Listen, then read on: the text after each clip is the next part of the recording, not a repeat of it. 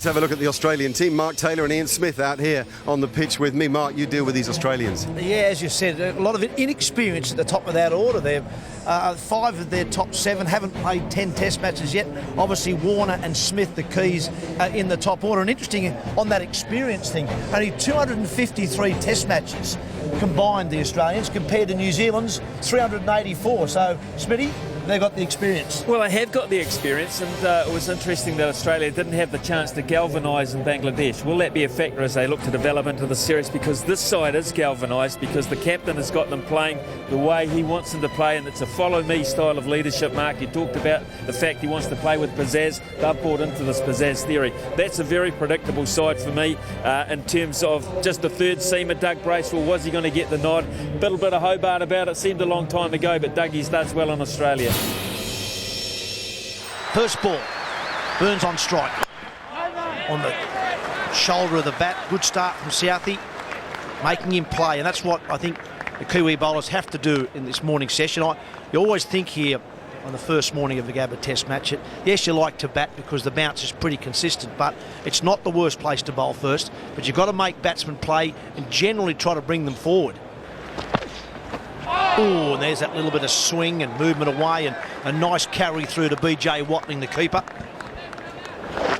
I'm sure New Zealand won't be targeting it, but it also won't surprise if they do bowl him a few short ones. Gets that away. It'll only be a single. First runs of the Test match.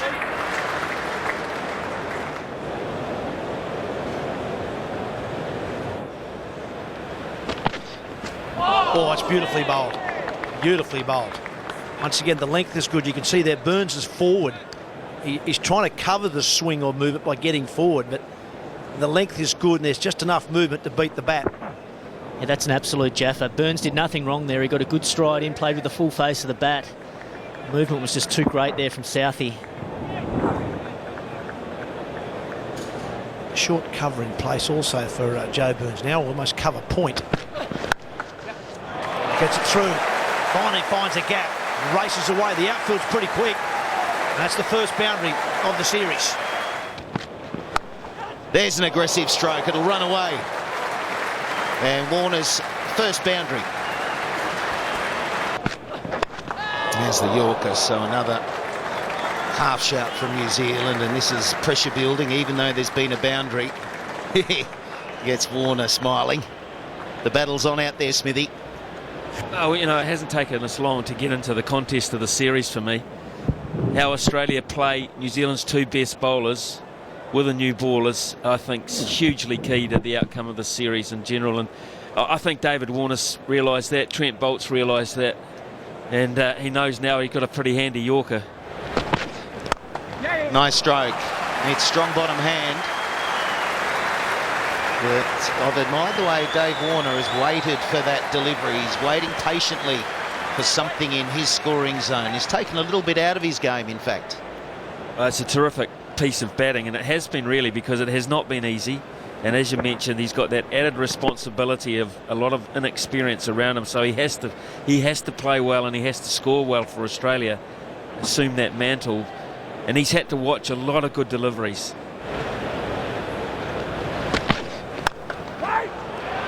That'll run away. As always, the outfield here at the Gabba Electric. And Dave Warner starting to hit his stride. It's no wicket for 21.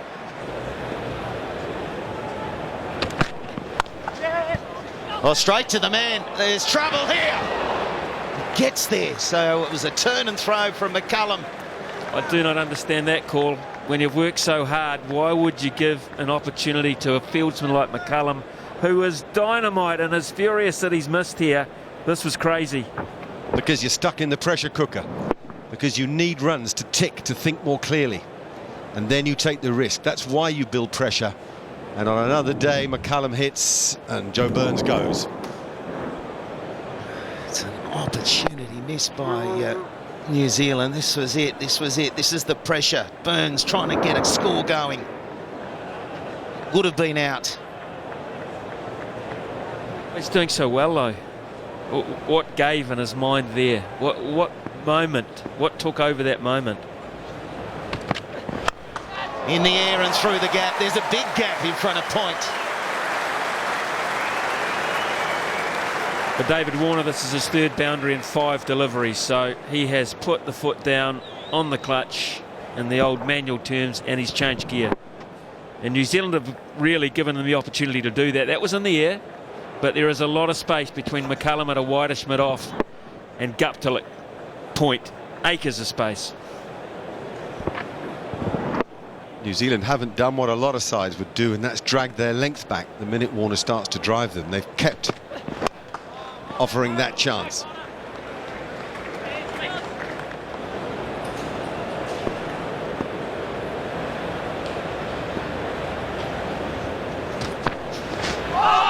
It's dived away from the outside edge. Good piece of bowling from Bracewell. And there was that length that allowed the ball to swing. So great bit of bowling there from Bracewell. Just trying to get that nick through the slips. Just a little bit of shape there towards the end.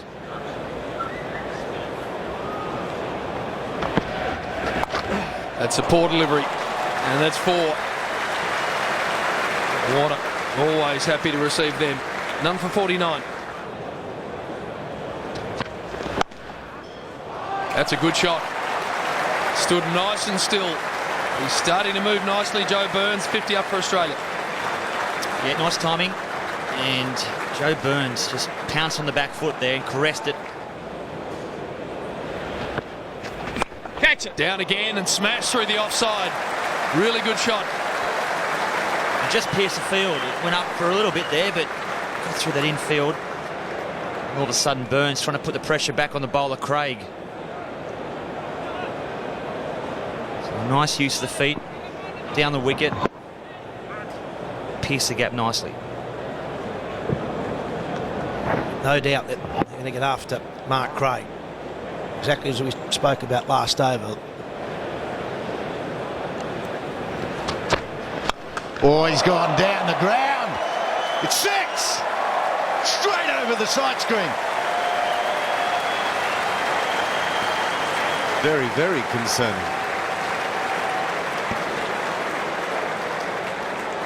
Not quite sure what to say. Holy moly. That is unbelievable stuff. Man, if this first session of cricket is any indication of your cricketing summer in Australia, stay watching. It's going to be fun for a long time. That is an incredible cricket shot.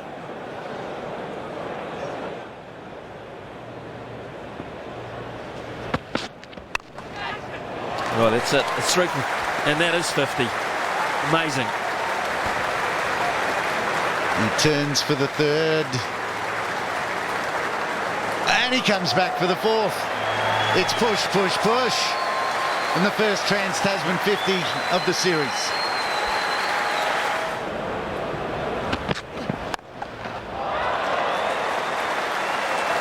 Burns to 39.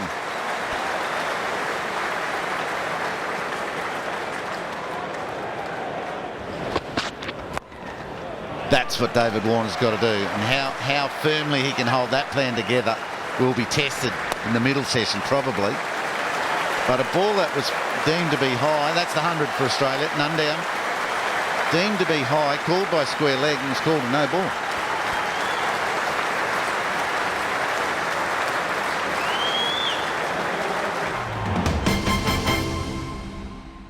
Good afternoon, Mark. I must say this is a strange move to me. You've got a part-timer starting straight after lunch when the opposition are none for 100. You've got to get a wicket and get one pretty quickly. Now, maybe he thinks he's a better option than his frontline spinner, but it's not saying much about the confidence he's got in Mark Craig.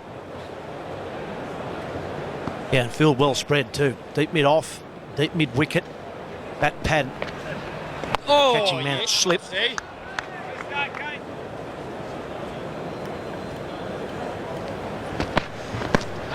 It's a beauty. It's a beauty. There's a couple of noises. This time we've got the bowler appealing, but not the keeper. He's definitely hit himself on the pad. Swung enough to beat the bat and miss off stump. Yeah, I would have thought the appeal was for LBW. It looked to be a reasonable LBW appeal, maybe not one worth reviewing because of the height.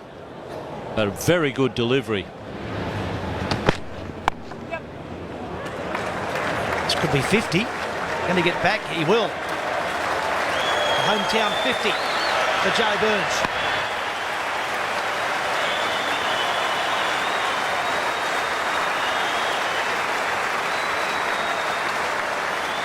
"86 balls, 20 to get off the mark." He's done the hard work. He loves spending long hours at the crease.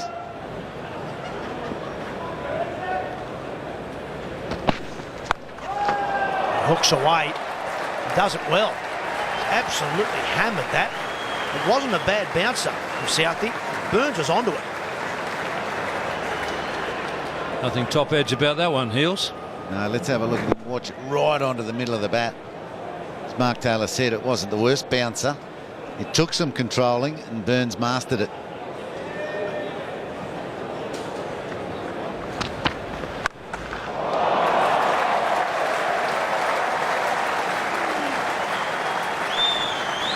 Oh, that was nice. He just rocked back, waited for it, and he was always going to pummel that in the air. Did not run at all. That again, Mike Hussey, is why it's so good batting out there at the Gabba. He picked the length up so early there. Welcome to the crease, Bracewell. Pure. Yeah, pure enough too to beat the dive. Or the trickle over the rope, the shortest boundary down here at the Gabba. That was a beautiful shot from Warner, technically perfect. 150-run partnership now. Oh, you can't bowl there to this guy. Michael Slater just highlighted it.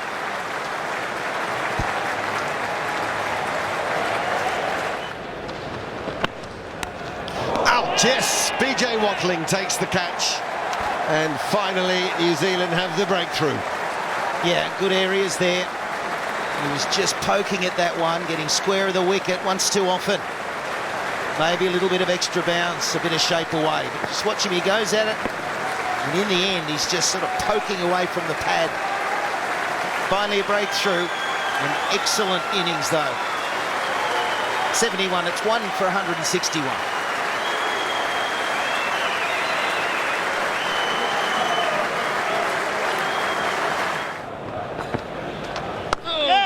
That's well played. That's what Usman Khawaja does. Beautiful timer of the ball, and he's got that through the gap for 4. It is well played, but it's not good enough in terms of the bowling. McCullum's setting a very aggressive field here. He wants Khawaja to be threatened off the front foot, pushing and poking. He's put himself in there right underneath the bat. He does not need that. In front of square, right out of the middle of the bat. He's a special, this man. That's a boundary. Khawaja in the air and just wide of the fieldsman. That's not right out of the middle, but it is a very fast outfield here at the Gabba. And it's going to win.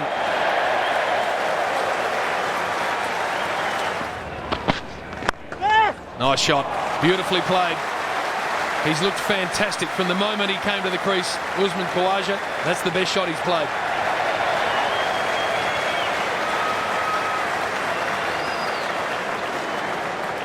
Well, it's Usman Gower. The way he throws his hands, his wrists at the cut shots, he lays back laconically and then just gets those feet together, the weight going through, straight and cover drives. Elegance and composure.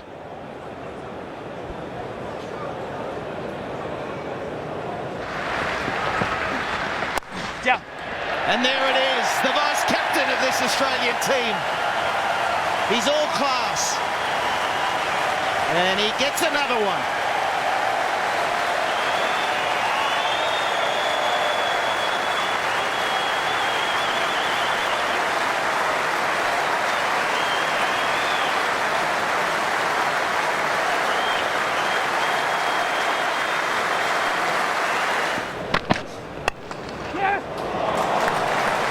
A bit of a miss hit, but that's probably going to go all the way. It's a bounce up. So hard to reel in the straight boundaries of the short ones here at the Gabba.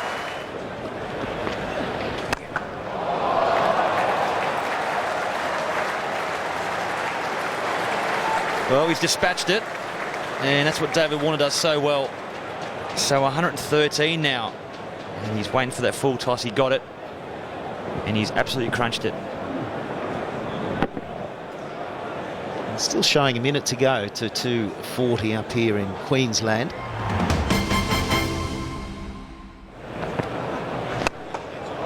Smashed away. He might just get a little glint in his eye here, Dave Warner. He might like what he sees. Swung away beautifully. No protection out there either, and that was a boundary from the moment it left the bat. Down comes Khawaja and gets it nicely and gets it over for a 6. Well, that's a hell of a shot, really. It's a shot of a guy who's in pretty good touch already and starting to grow in confidence, and he may well just believe that third time lucky for him in the baggy green. This might be his time when you see shots like that.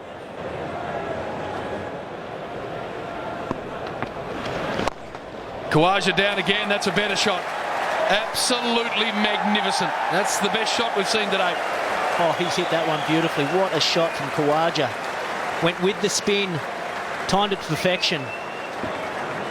Good footwork again, just a shimmy down. Just gave himself a little bit of room. Now he's one short of a half century.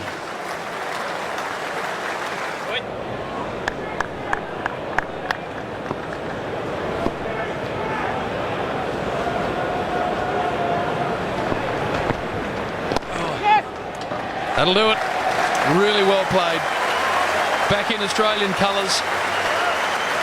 First half century on Australian soil. It took just 60 balls, 5 fours and a 6, and looked great from ball 1. Yeah, and look at the strike rate. He's going at over 80 runs per 100 balls. He's certainly come out and kept the momentum going, and that's probably helped David Warner as well.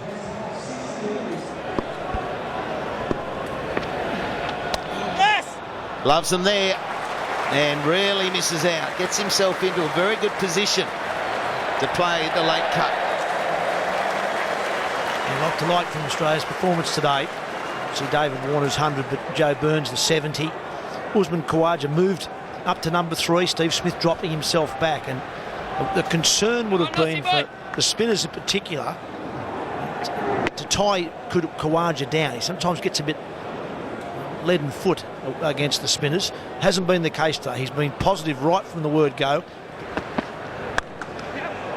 And gets it through.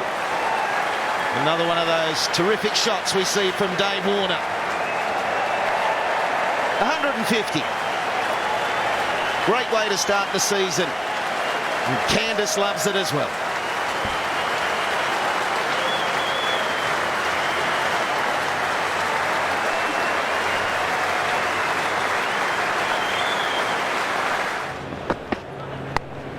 Oh, good glide. Really good glide. You get top value for that shot here at the Gabba. 2 men back for the hook on the leg. Oh, that's caught beautifully. Really well caught. Neesham's still a touch ginger, but he's got a wicket. Brilliant catch from Ross Taylor. And an important wicket for New Zealand. Still 10 overs before the second new ball. Neesham threw it out wide, trying to go away from Warner from around the wicket. He went for it, and a brilliant catch, well held. David Warner has to go. It's been a magnificent innings. His second highest test score of 163. He'll enjoy this walk-off. Australia now 2 for 311.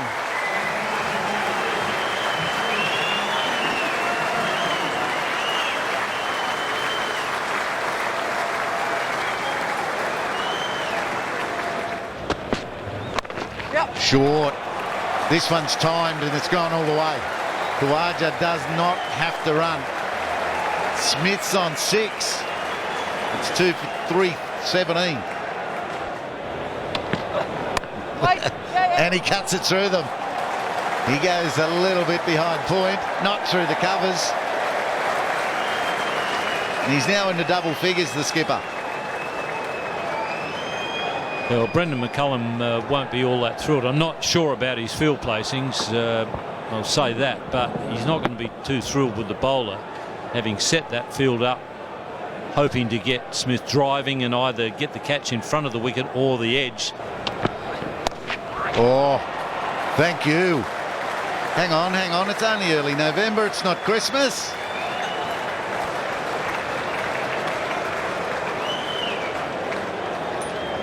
This is a festival match. They're making sure that the captain gets a collection at 50.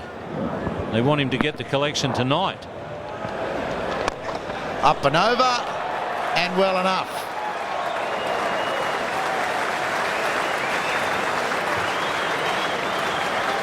Good use of the feet again from Khawaja. We saw him hit Craig over the offside, over mid-off, and over cover on a couple of occasions earlier on in his innings. But this time, skips down, lifts it over mid-on. He goes into the 70s now.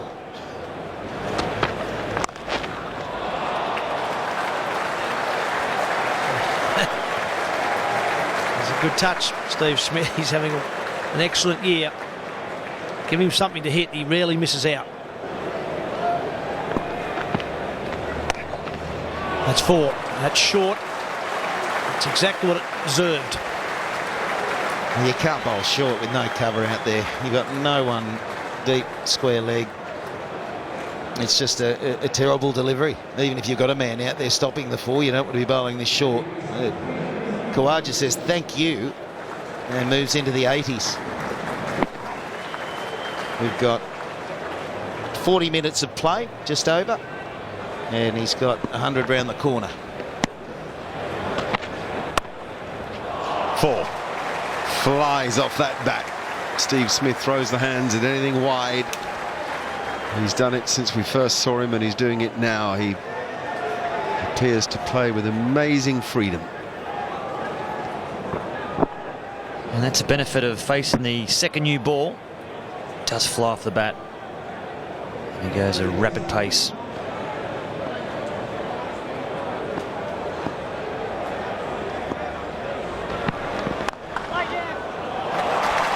There's a lovely stroke to go into the 90s with.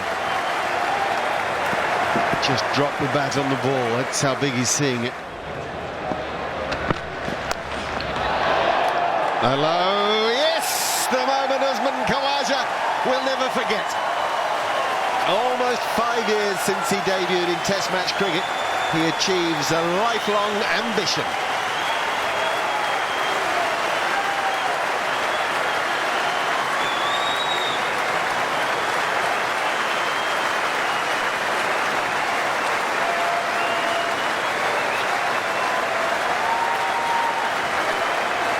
You sensed in his personality that he always felt he was going to get another go at this level. And he's made the most of it. He's a dynamic hook stroke player, and that's the shot that brought it up. Fast hands, went with the ball down the leg side and found the boundary. It's the way to sign off an over. The best of Stephen Smith. It's 2 for 389. Oh, I think he said we've had enough.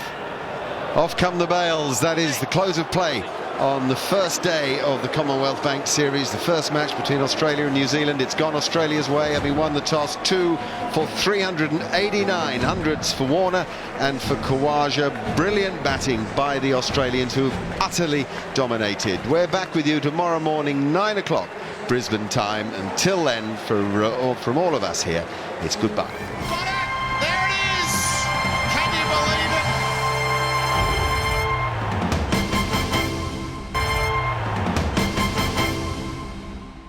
Very nice day here in Brisbane. Very still day. Sticky as it always is this time of year, but virtually no breeze. Conditions perfect for batting, and this Australian team did that magnificently yesterday. 2 for 389. Couldn't have scripted a better day. Lots of work ahead for New Zealand. As I say hello to Mike Hussey and Michael Slater. Hey, good morning, James, Michael, and all our viewers. Big morning for New Zealand. They need early wickets. I think there might actually be a little bit of movement, James. I was just out there on the ground. It is very humid. The new ball is the second new ball is only 8 overs old. They'll need to get that man Steve Smith early because he looked in ominous touch last night. And they all look so motivated, the Australians. Usman Khawaja, fantastic yesterday. Got his opportunity, took his chances, 102 not out. Here comes Tim Southey.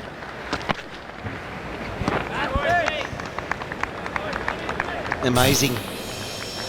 Just the batting display we saw yesterday. Tim Southey's had a scan last night, so he went to the hospital. I saw him in the lift after dinner and asked how he was, how did the scan go, and he said, well, it's clear, it's good news, and he's out there again this morning. There was some thought that he might have had a stress fracture or something that was looking a little like that, but thankfully it was just soreness.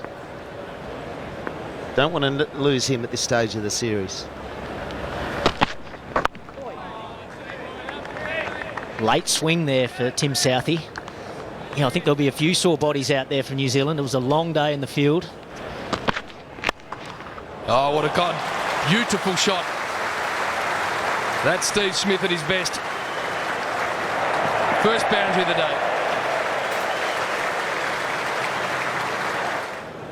Back was scanned last night, and you can see the pain he's in.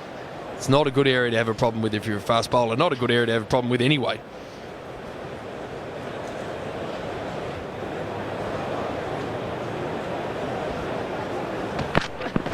That's gone. Crashes into the stumps. Trent Boult has bowled beautifully this morning, and he's just knocked over the Australian skipper. Yeah, that's a big wicket for New Zealand. Late swing again there from Trent Boult. Steve Smith undone by an absolute beauty. See it coming back through the gate. Might have got a little inside edge or off the pad and clips the top of off. Big wicket for New Zealand. Australia lose their third. Smith gone for 48. 3 for 399.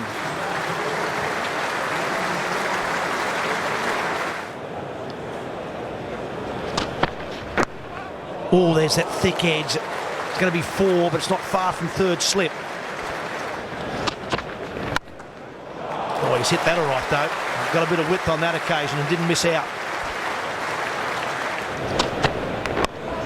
He's got that fine. Shortish boundary, that one. Race away for 4.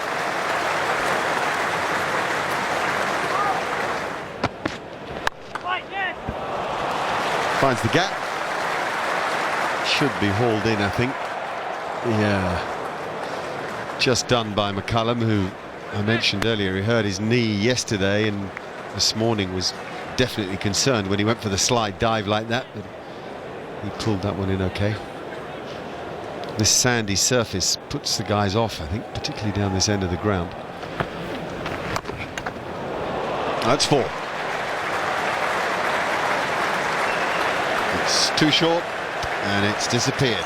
It just can't happen from New Zealand's point of view that he can bowl like this. Everyone else has toiled so hard, it's hot, it's humid, and they've worked well as a unit this morning, and already he's bowled 2 pretty average deliveries. And the heads will go down very, very quickly. And Brendan McCullum, without Southey on the park, just depends so much on this spell. Now that's much more like it. Got something on the ball, really followed through, really got through his action.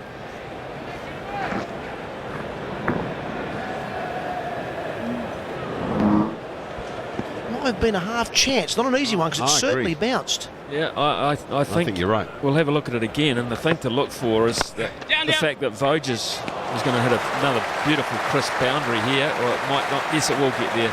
So that's the second boundary in the over. This is not good from Craig, but he could have had a moment in the sun. He was overbalancing, and you notice we talked about him when he was playing against the quicks, and here's another thing here where he overbalances and plays around that, and it looks quite ugly. Now his back foot definitely went up and out of the crease. But the wicket keeper, I mean, BJ's got so much to do there. Oh, we're giving that a thump.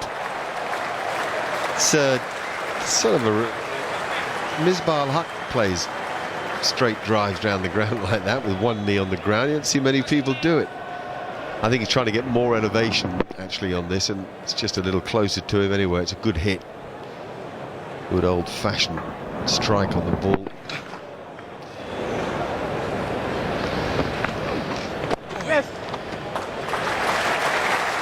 Nice 50 for Adam Voges. Worked hard for it. First Test match innings in Australia, so that's an achievement he'll value.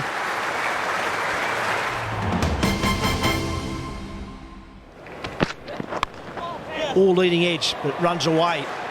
Screwing up a little bit there, Khawaja. He's going to get it away for 3 or 4. Make it 4. And that's 150 for Usman Khawaja. Back in the side. And now 150 on his adopted home ground.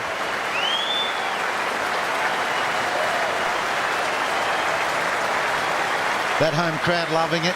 New Zealanders quite lavish in their applause as well for the work of Usman Khawaja. As you say, Mark Taylor, back in the side and making it count.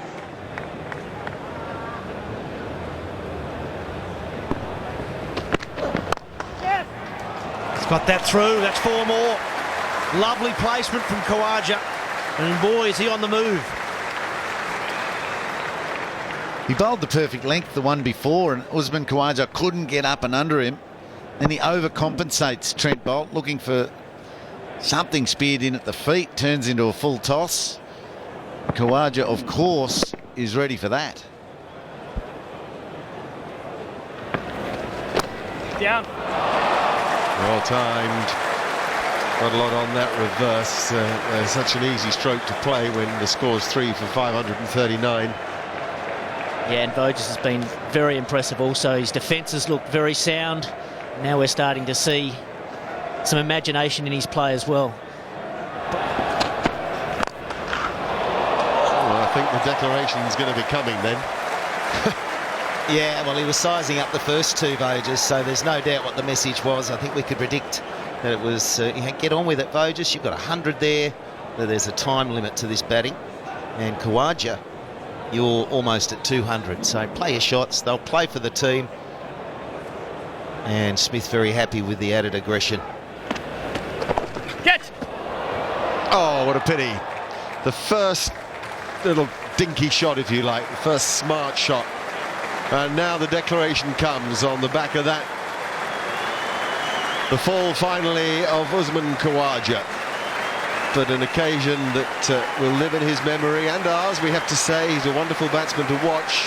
Generously the New Zealand go to congratulate him. And he'll leave the field after an excellent partnership of 157 with Adam Voges. Let's have a listen to the crowd's response.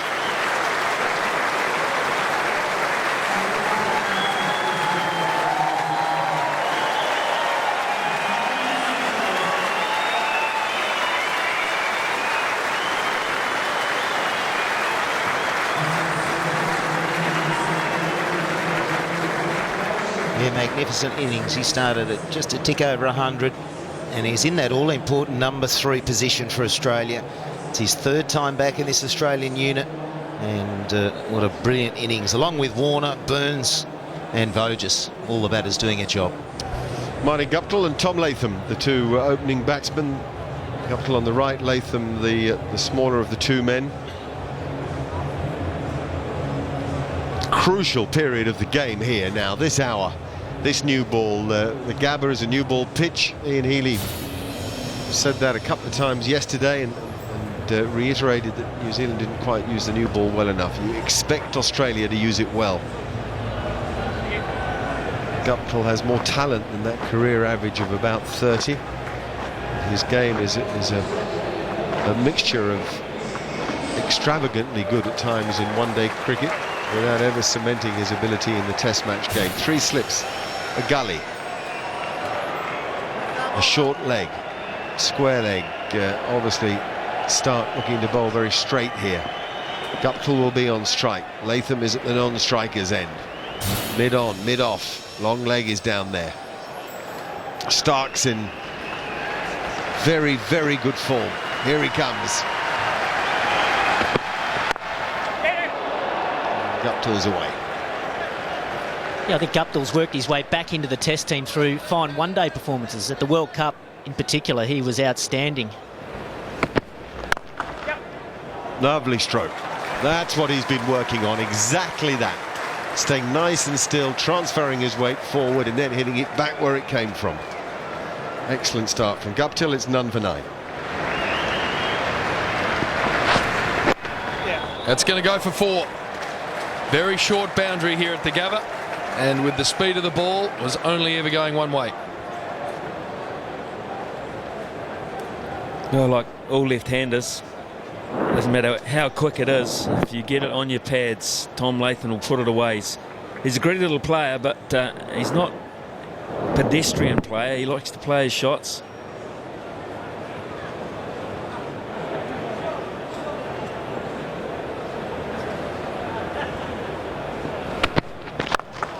Good shot. Got it through. Might not get to the fence. They'll pick up 3. Square boundaries here at the Gabba are very long. And in fact, they might even get 4. So all-run boundary. This is a nice start for this New Zealand opening pair. None for 23. So bowling with 3 slips and a gully. That pad still. And that'll go the journey. That is a really good stroke. A good sign that he's willing to leap on anything that's in his zone. Yeah, just dragged down from Mitchell Johnson. Attempted the short ball there, but just didn't get it right. And too wide, too short. And that's just absolutely pumped for 4.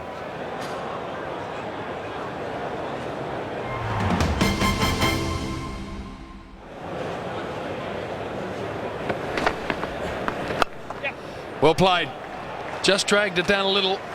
And Guptill good enough to give himself some room and punch it through the offside. Long boundary. They run 3. Over bowled. None for 46. That's going to go for 4. First real edge of the innings. Yeah, good area again from Hazelwood. Slightly fuller. We'll have to see the replay if there was any movement away.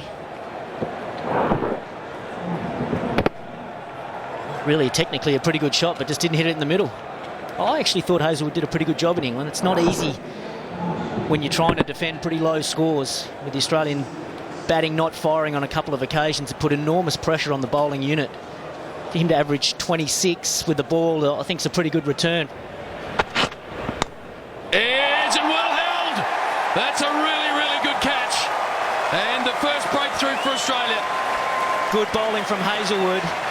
Pitch that one up a little bit more again. There's been a little bit of away movement. Good catch, third slip from David Warner. Guptill didn't do too much wrong.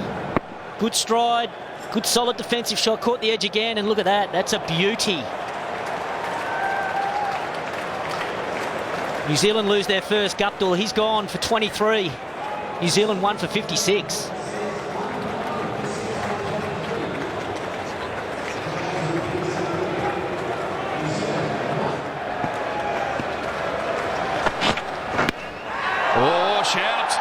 Good shout. Behind the stumps were interested. The bowler was only half interested. Yeah, straight away he said going leg side to his captain. Don't even bother thinking about reviewing it.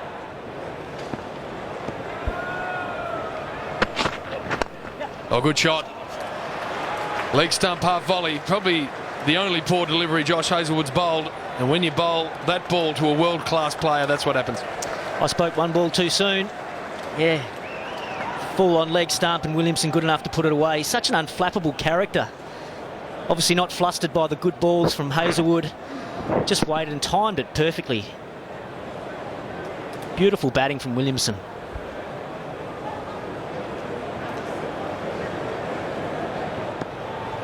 Cricket pressure, great. Out he comes. Yeah, good courage from Williamson. He's a quality act, there's no doubt about it. But it can be easy to look at that scoreboard knowing that Australia are so far ahead from a runs point of view. But it didn't stop him there, 1 for 71. Good shot. Johnson angled one into the pads of Latham, the left-hander. Now Williamson likes what he sees as a right-hander. Yeah, it's all orthodox, this stroke. He's ready to get on that front foot, which can be testing against a quick like Johnson. But it was a simple movement. In fact, there wasn't a lot of front foot movement, but a weight transfer. You watch the head in over the ball. High elbow, keeps that bat vertical. So there we are, good shot. Another good shot by Kane Williamson. Played beautiful off drive, followed by classical square cut. It was there, though. It's a real loosener from Marsh. It's short, it's wide. And this is Gabba day 2. That just sits up like a peach.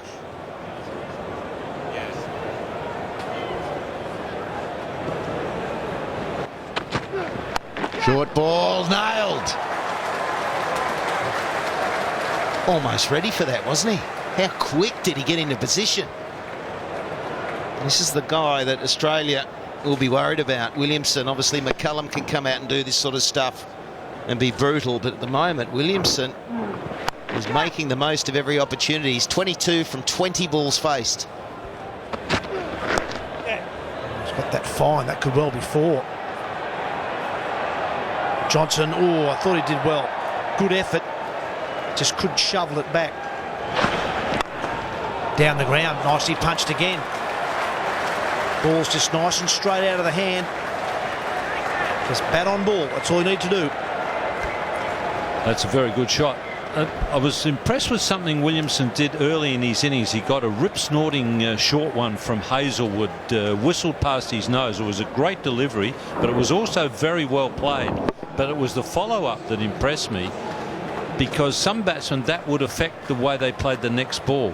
He hit a glorious shot off his pads next ball, which indicated that he'd completely forgotten about the previous one. Out! Got him! Well, I'm not sure what that's done off the pitch, but it's bounced more than Latham has thought. And it's ballooned up to, I think, Nathan Lyon behind point. Big wicket. First ball back for Mitchell Starc. Yeah, perhaps a bit of a break in concentration there from Latham. He's been so good at preserving his wicket and doing a good job for his team. Maybe just misjudged the length a little bit. That the bat twisted in his hand, and Australia will take it. I don't care how you get them, they'll take them. It's 2 for 102.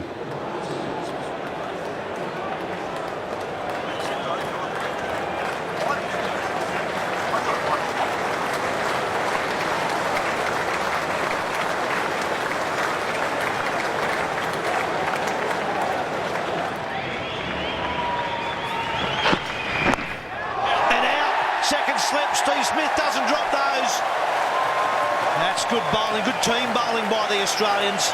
Set up by Starc, and now Johnson's got a wicket. And that's the other problem with that theory of getting across to off stump to try and negate the ball that's angling across you. In essence, what you're likely to do is play at balls that you could have let go if you were taking a normal guard. And I think that when he looks at that, Ross Taylor might think later on, if I'd have taken a normal guard, I could have just let that one go through to the keeper. So it's 3 for 105.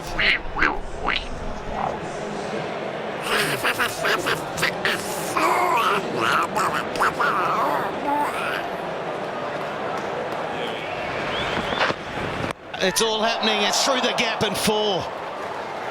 So McCullum jumping again, but not too bad. Negotiated it okay. It's all happening. Brendan McCullum's the type of guy like Adam Gilchrist. Whenever he's in, you've got to be watching. You don't know what's going to happen. He deliberately lifted that ball over the slips. Johnson bowling good pace. You can see him just open the face and lift that over the slips, and you can see a third man's now going down. Edge and taken. Johnson's the man. McCullum, he didn't look comfortable. And Australia are changing the flow of this game. The value of big, fast, enforcing fast bowlers is on display here. Beautiful bowling from Hazelwood earlier in the innings, and then Starc and Johnson have come in and pounded New Zealand. Look at this. Feet nowhere near it. Nice catching from Voges. 4 down now. New Zealand in all sorts of trouble. Mitch Johnson delighted, because that is an extremely dangerous batsman heading back to the sheds. 4 for 114.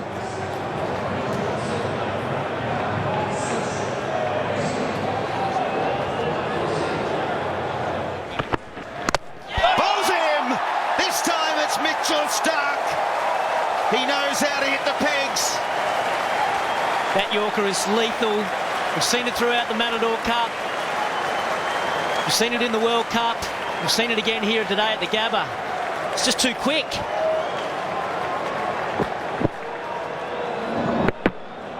Off the pad, hit the pad before he had time to get the bat down, and cannon into off stump.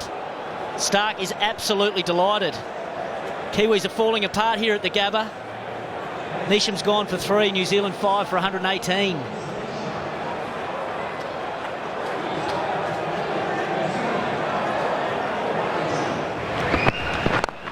Nicely played. So there's the class of Williamson.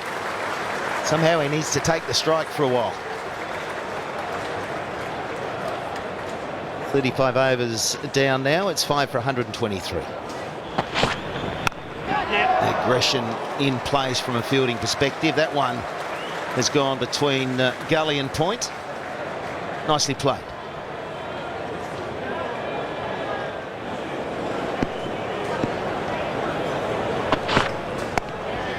That'll run away for 4.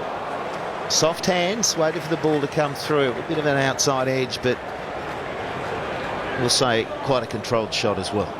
There's a difference between the way that Kane Williamson plays and what we saw from Guptill earlier on. A very similar shot to a very similar ball, but the softness of the hands that you're talking about, Michael Slade, you can see it there. The bat's almost limp in his hands.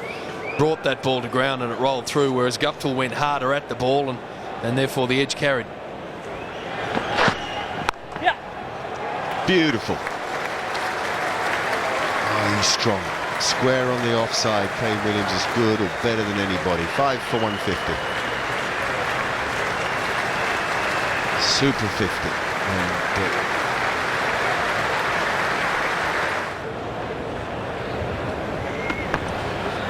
Catch! Hey, wide of the man at short mid wicket and well enough timed, I think, to reach the boundary. Yep. Wisely, Johnson not going for the slide dive. Comfortably negotiated by Kane Williamson, who finishes unbeaten on 55. BJ Watling out there with him, unbeaten on 14. 5 for 157. 399 behind a very, very good day's cricket played by the Australians. There's the batting card. Williamson still there, played specifically well, I thought. 55 from 70 balls. BJ Watling 14 from 35 balls. 5 for 157. The Australian bowlers, as we've said in the last 20 minutes, were very good. Mitchell Starc 10 overs 4 maidens, 2 for 30. Mitchell Johnson 12 overs 2 maidens, 2 for 52. Josh Hazlewood 12 overs 2 maidens, 1 for 33. 8 overs at number 22 for Nathan Lyon, and just 3 overs bowled by Mitchell Marsh, who wasn't at his best. He dropped a bit short and got punished for it.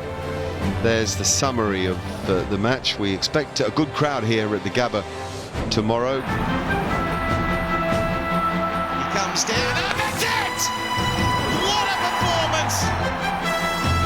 What a catch! That's the catch of the season!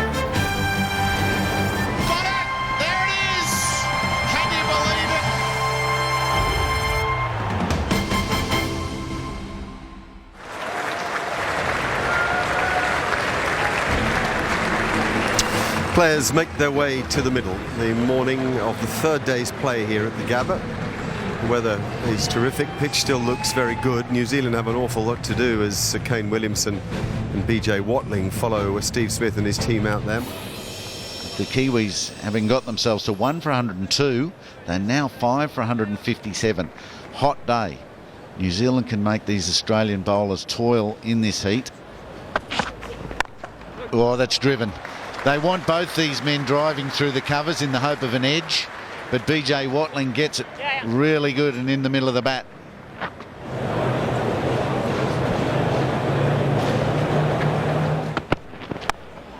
Through. Frustrating Mitchell Starc. Full, over full, and driven very efficiently out of the middle of the bat all the way.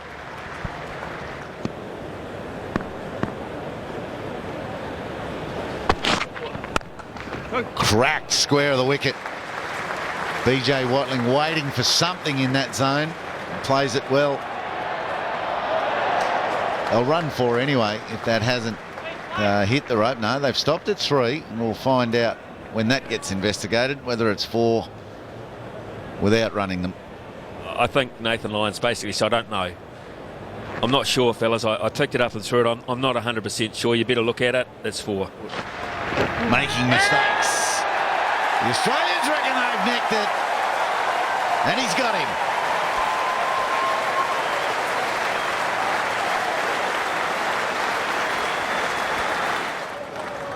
.32 for Watling at 6 for 185 now. Now Mark Craig, left-hander, comes to the crease with those good statistics. Second ball. Oh, he's got him jumping. That's a lovely shot. On top of that nicely. Hammered it behind point for 4. So New Zealand still trailing by 352. Talking about Kane Williamson, how he's the key. He's played beautifully. Or down the ground. Played that nicely, Mark Craig. Wasn't the worst delivery. He's hammered it through mid-on for 4. Well, he averages 40 and has been responsible for some impressive rear guards, so we're not talking about a mug with the bat. Grassy pitches in New Zealand. Or down the ground for 4. It was in the air. It's a lovely swing of the bat, though.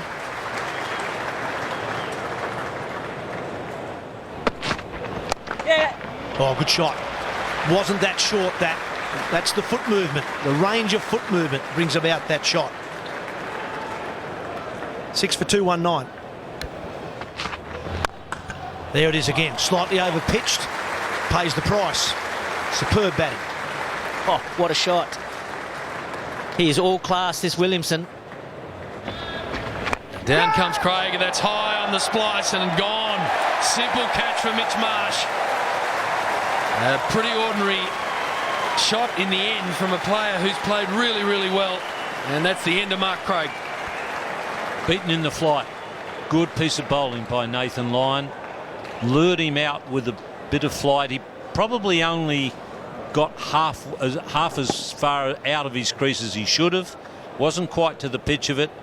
Also beaten with a little bit of dip, and a simple catch for Mitchell Marsh. So he's gone for 24, 7 for 231. Doug Bracewell out in the middle to try and give Kane Williamson some support. 7 for 231. He can hold the bat.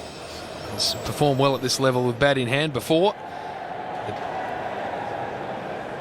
Not a great average, having said that, but there have been times in his Test career where he's done a nice job, and the thing he needs to do is help his mate at the other end get these 14 runs. Well, that's lovely placement. Wait a bit longer to play it. Beat the man deep at point.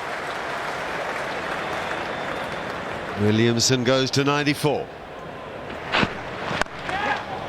4 more, I think. Yep. Nailed it through extra cover. 98, thank you.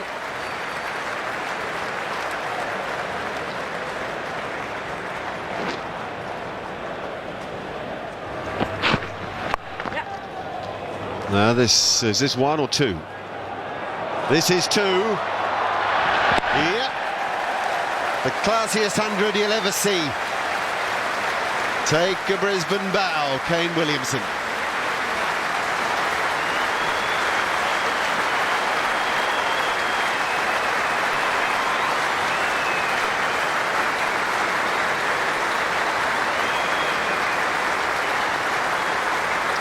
Well, 100 of the highest order right there. Quality bowling attack who are on top and right throughout it. He didn't look in any trouble at all. Only 129 deliveries, 17 fours, littered with class strokes all around the ground. Class 100. Well, it's a good fight by Williamson, as it was by Watling and Craig. This is 100 full of beautifully conceived strokes. The ability to dominate when needed, the ability to soak it up when such action is required, and all very unhurried. That high elbow, lovely footwork, bit of power, great balance, nice crisp sound off the bat. lovely thing to come to the Gabba at the start. Oh, no.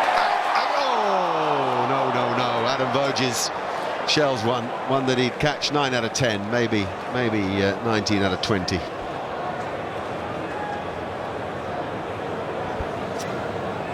Well, into first slip, Adam Voges. This is the one that you've got to hang on to. Straight to him. Had a couple of goes at it. They could have bowled New Zealand out by lunch. They still might. That's gutsy, and that's good. One bounce 4 down the ground. That's a Dougie. That's it, boy. Keep on going. Yep. That's a lovely stroke. Little shimmy of the feet, gave himself the room to extend the arms. 4 more. What an innings this is.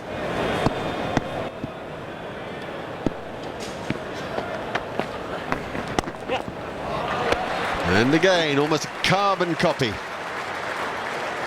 Last ball before lunch. It makes it much harder to play the cut stroke too. Anyway, that might be something Nathan Lyon considers for the second session of play. As it is, we reach lunchtime on the third day with New Zealand 7 for 273. 29 overs bowled this morning, 2 wickets taken and 116 runs scored. Well, good start. Good Yorker first up. Bracewell was good enough to get down on it. Oh, bowled him. That's nothing wrong with that from Mitchell Marsh. Good line and length. Inside edge. Bracewell a little unlucky. But that's exactly what Australia wanted after the break, is a quick wicket. Well, his bowling really seems to have come on, Mitchell Marsh. He's been getting some quite useful wickets for Australia as a bowler, and he's done it once again. New Zealand 8 for 273. Now Tim Southee is the new man for New Zealand. Mitchell Marsh strikes 4th ball after lunch. Hasn't bowled since 4 o'clock yesterday afternoon. Back in the attack, masterstroke that. Well, he's got that fine. Could run away for 4 at will. He's away. He generally scores in boundaries too, does Tim Southee. 8 for 277. Oh, that's what he likes to do. Hit down the line all the way. No, not quite. One bouncing over the rope. That was effortless, that shot. And that's probably what made it such a good shot. He didn't try and hit it too hard. Maybe that's because of his back problems. He can't swing too hard. But it certainly helped him on that occasion because he hit very straight and just kept his head down, and it was really a cricket shot with just a bit of loft on it. Run that down nicely. That was very intentional, that. It was a slower ball from Johnson, and Williamson just went with it, opened the face and guided it down to third man for 4. No, it's not. It's 4. Once again, another boundary through that backward point region. He's picked off Johnson there a number of times throughout this innings and brings up the 300.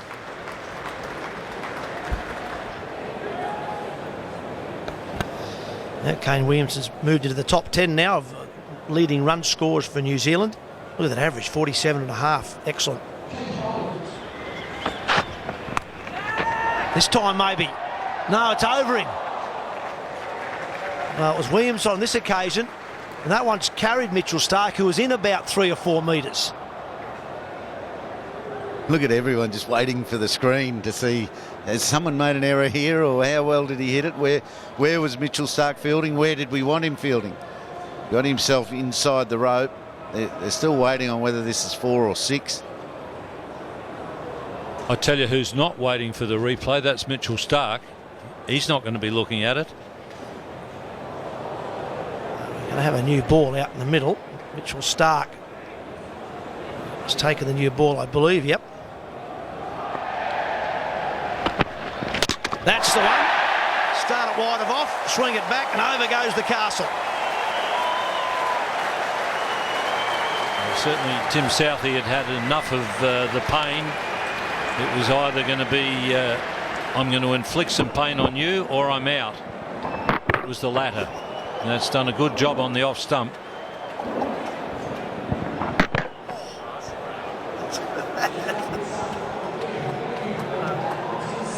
It's 9 for 310.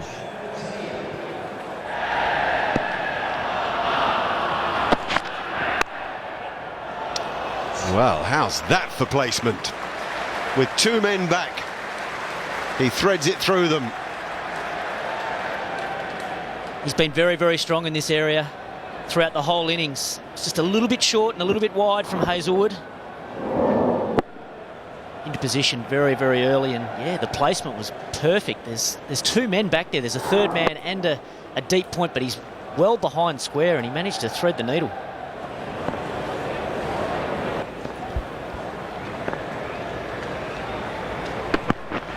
Oh, was that? Out is the answer. And finally, swing does the trick. And even Kane Williamson can't resist. And we'll look at the length. You've got the swinging ball as well. And it is a brilliant innings coming to an end. There it goes, just ducks inside. Grabs the edge, nearly hits the off stump as well. So a really good job for Stark. 4 for 57, but we won't forget this innings. Pure class. No, that's spot on, Michael Slater. Pure class. Poise, elegance, and they'll stand to Kane Williamson. The other thing is that the Aussie openers have run off, so we now know they're batting.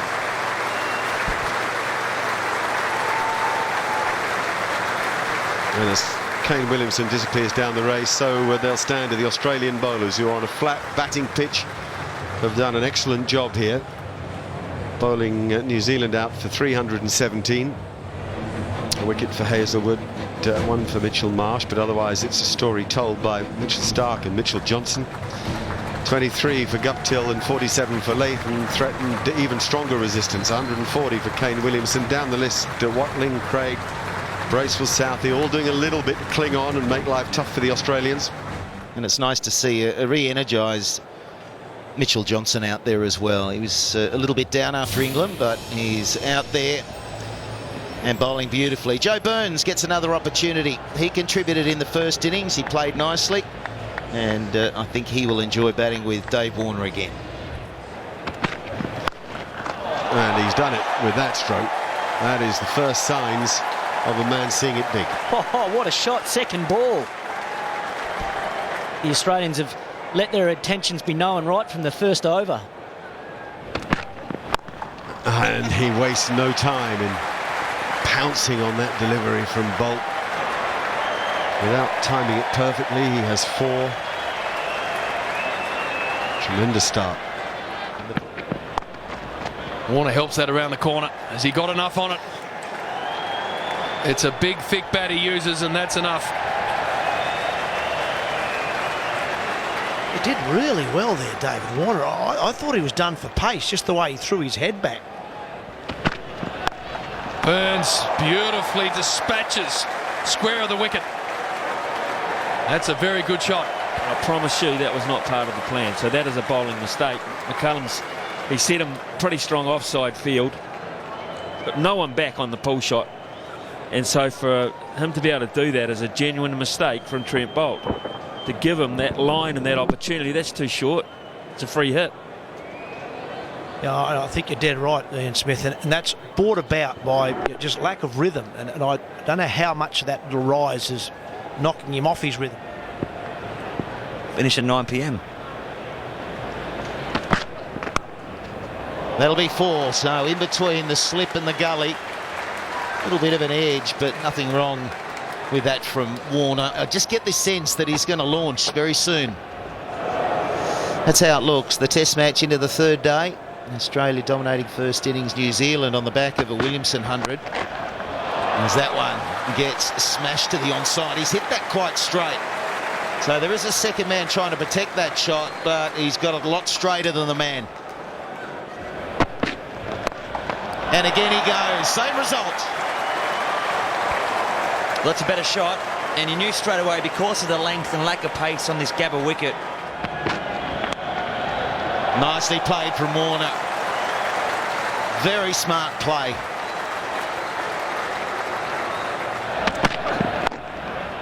Very tight in behind that one, Joe Burns. The Australian openers successful in the second innings so far. It's no wicket for 86 Australia. It's a hard situation for the Black Caps to be in. And we talk about the heat outside. It's always hotter when you're running behind in a test match. So they lead by 325 runs. That's going to go for 4-2. Q end. It's all running for Joe Burns. Field spread, runs straight away. Field awareness from Dave Warner is always superb. And that's 50 for Dave Warner again in a test match here at the Gabba. Another good performance, and so important in these second innings because he scores so quickly. He'll take the game away from the opposition. He's in a rich vein of form in this game. There's the 50. Richly deserved applause for Joe Burns. Consecutive Test 50, very well played, both innings. So 2 in this match. To go with the 2 from the back end of last year makes it 4 in a row. That's a great feeling. Full toss again, smashed down the ground. Well played. Yeah, you know you're in good touch when you're playing on drives. It was a full toss, but you've still got to put it away. Bang! Have some of that. That's gone a long way back. What a shot from Burns. He's talking about how quickly he jumps onto the back foot to pull the ball away, but this one was pitched up. Burns just hitting right through the line. It's gone a good 10 or 15 rows back. Showing time and time again, you can't bowl there to Joe Burns. He's just plastered that between the 2 fielders for another 4. None for 127. Oh, that's good. That's very, very good. It could be your day, Joe Burns. It could be you're getting close and you're finding the gaps. Catch it, catch it. It's gone. It's gone big. Oh, he's into the 90s, and they might not be nervous once for long. A lot of he plays like that, Smithy. The rain's coming. You can see it in the air. They're big drops. Don't go off now. He's so close. Catch it. Well, the cry of catch it, but I think it was more for the crowd. And a gentleman, I think, spilled it on the fence down there along with his beer. He goes. He did go for it. It's gone all the way, has it? Yes, it has. What a magic moment for Joe Burns. Australia have found another hero at the top of the order. And he loves this ground. It probably got him over the line and into this side. He gets a valuable half century, and now his maiden test century. The bad news is that we're coming off. The walk is because the rain has just got a little too substantial for the umpire's liking, but now he can go. Look at them waiting for him. Special, special.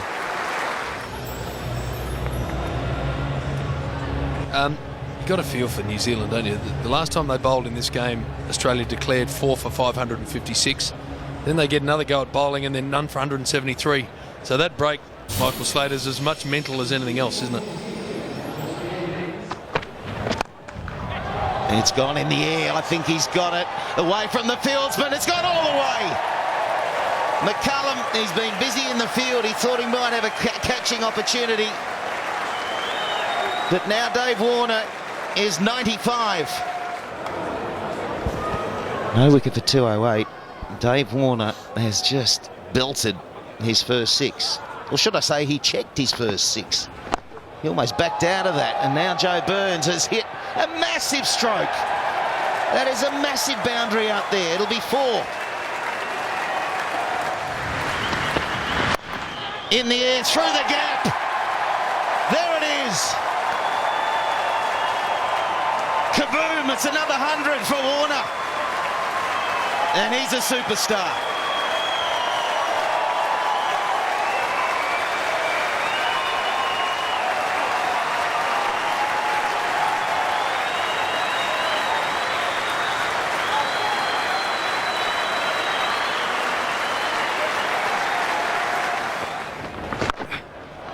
It's gone a million miles. I think it's going to go all the way. Oh, yeah, it's out of here. Here it goes. This time he gets it. Oh, there is a man getting under it. The reverse hit will cost him his wicket. But how entertaining. And that's why this man is so valuable for world cricket, let alone the game in this country, because he is such an extraordinarily entertaining player. No, it'll take some catching. Oh, it's well judged. Well judged. There was some ground to be made. Ross Taylor's got beautiful hands. We saw that with the slip catch in the first innings. And lots of the Kiwi cricketers going to congratulate Joe Burns. In fact, all of them. Look at this. That's terrific. Well, we won't forget this. This is an exceptional innings, an innings that changes perception, changes moments for the crowd. The entertainment here given by the hometown boy, Joe Burns.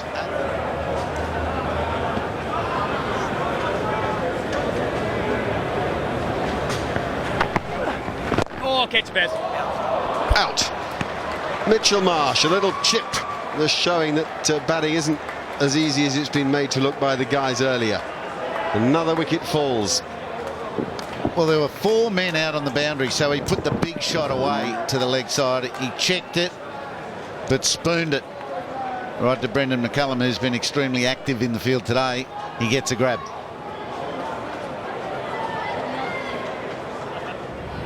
See, it looks beginning to look like a night game, isn't it, on that screen? That's how dark it is. I'll have to pull the pick ball out. Give an early trial.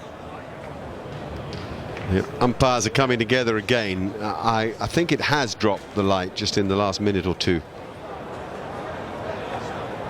They may feel that there has to be a standard for the match, and although there's nothing riding on it right now, there may be later in the game, and consequently they're leaving the field of play.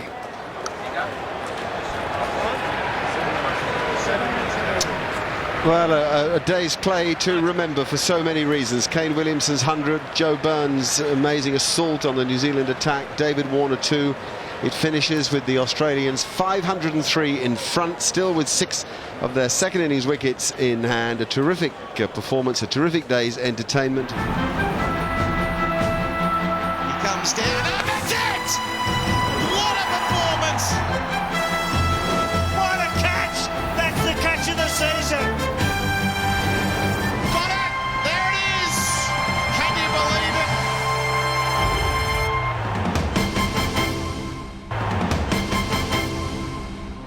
Another slam dunk of a day for the Australians, 3 of them in a row at the Gabba. Good day, everybody, and welcome to the 4th day's play in this, the first of the Commonwealth Bank Test Series of the summer. Australia and New Zealand, 3 matches here, Perth and the day-nighter in Adelaide, of course, and boy, they've played some cricket. Ian Healy is alongside me on his own patch, the place where you played. It suits the Australians at the start of the summer. It certainly does, and you need to do lots of preparation if you're the away team to get in and enjoy this Gabba condition. So the Australians have been a high-class outfit, that's for sure, with bat and ball. New Zealand have had their little moments where they've made it hard for Australia, but Australia have been good to get through them. 503 is the lead. The Australians 4 for 556 when Steve Smith declared. Then New Zealand bowled out for 317.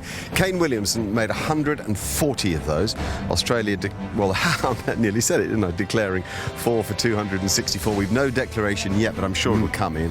Yes, I think so. Australia are going to be concerned about this weather. It's very balmy and a little sprinkly throughout the morning, and it's going to stay that way by the feel of it. So they want to get this job started and done. Few of us have seen a better innings than the one played by Kane Williamson. He really is a high-class player. And what we thought about him was that he dealt with all the pressures of the Gabba, the heat, the extra bounce, everything that goes with playing here. He looked much more ready than every other New Zealander, either with bat or ball, to come into the contest and face this classy Australian bowling lineup. Stark and Johnson, he made them look very normal and had them working extremely hard at getting their job done. Tom Latham left-hander on strike against the left-handed Mitchell Starc. Mitchell Johnson, top left of screen. He's down at fine leg. Expect him to have the new ball next over. Oh, he's got it swinging away, and I guess it's just a session-by-session proposition for the Australians. They've got the ball in the hand. They're possibly going to have interruptions due to weather at different times, but they want good quality, wicket-taking deliveries time and time again, Ian Smith. And to look at the other side of it, I think it's a ball-by-ball equation for New Zealand that makes it look a long way off. Burns fumbles, almost gets it in the crux of his elbow, did he? Could have been back-to-back. There was a half chance at the other end, and New Zealand have done this a wee bit. It's because the ball bounces a wee bit more and you look to play in those areas and push hard in those areas. And I think the slip cordon thought this had stuck. He's got it in there, he's got it in there. He's had 3 or 4 good goes at it. They were blinded by the whole thing because of his body taking their vision away. I thought this was stuck. Oh, swing and pace going down leg just, but right on the correct length. Difficult to play that. Good length, in swing and fast. Inside edge on the pad. Oh, everyone's all over the shop. Oh, Martin Guptill. Yeah, exactly. Take a deep breath, open the eyes a bit wider, because not quite sure what he was doing here.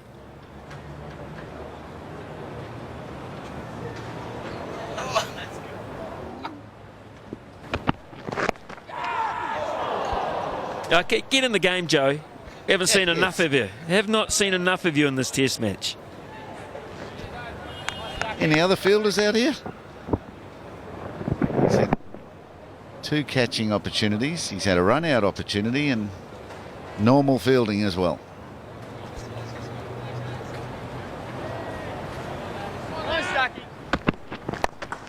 Good shot. Really good shot.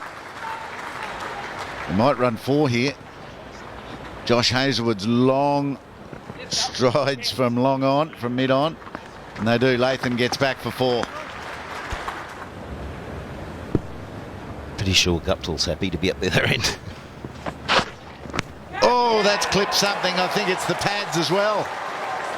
Tom Latham squared up by a beauty of Mitchell Johnson. Man, did you talk about the umpiring at just the right time? This is a great decision. It's had every hallmark of just a genuine outside edge. Australia has still got their doubts about it. Terrific. Back leg.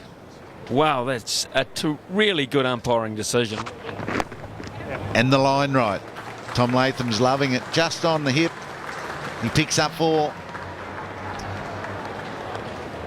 And good for him to feel that the runs are still there. Well, Guptill's away. Just leans on it into the covers. Khawaja the chaser again. 3, which takes it to none for 16. So I've had 13 overs for 19 runs, so the pressure's been good. It's a good shot. He's in position early there. Put it away. Beautiful shot there from Latham. Got into position very early. Hazlewood hasn't quite got his line and length right. He went for the bouncer, didn't get it high enough, and Latham pulled it away right on square. It's a beautiful shot. There's an edge. Oh, it's short of Adam Voges. That's a genuine edge. Hasn't carried it. I don't think the Australians can believe it. And that's the line and length that Hazlewood's been looking for. Tempted the short ball first, then pitched one up, just angling across, and he doesn't look happy. He can't believe that hasn't carried as well. Some credit goes to the batsman for having softish hands. That bottom hand is very loose on the bat. Something else that we spoke about this morning, or Michael Hussey spoke about. Good shot. Really good shot. Good counter punch from Latham. Went with the swing. Punched it through wide mid-on. Yeah, and I think Hazlewood acknowledged that it was a good shot as well. Got some late swing back in and beautiful timing. Not an easy shot for a left-hander to play that on drive. Shows he's in good touch.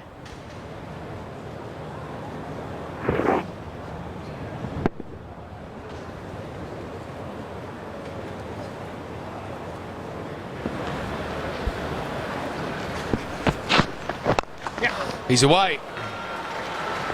First run's in more than half an hour, and it's a nice punch through mid-wicket. Not going to get to the padding, but they're going to pick up 3. New Zealand none for 30.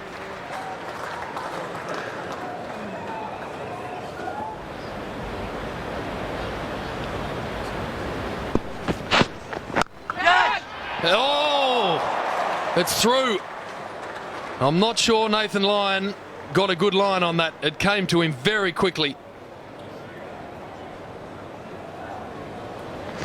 It's a difficult shot to play, even for a tall man like Guptill. In Australia, you get that extra bounce, and forcing off the back foot with a straight bat is not an easy shot to play. And quite often you'll get that situation where it goes in the air. He picked that up pretty late, I reckon. That's just fallen short too. Joe Burns thought he was in the game. Well, I'll tell you what, he's asking a lot of questions, Mitchell Johnson. He's had about 3 drop this game already. Once again, just pops. And a good effort there from Joe Burns. Just falls short. It got to him quicker than what he first thought. And both feet were in the ground, off the ground, as he went to attempt to catch. Stephen Smith is filthy in the background. But a good set of hands, Nathan Lyon. He doesn't normally drop them.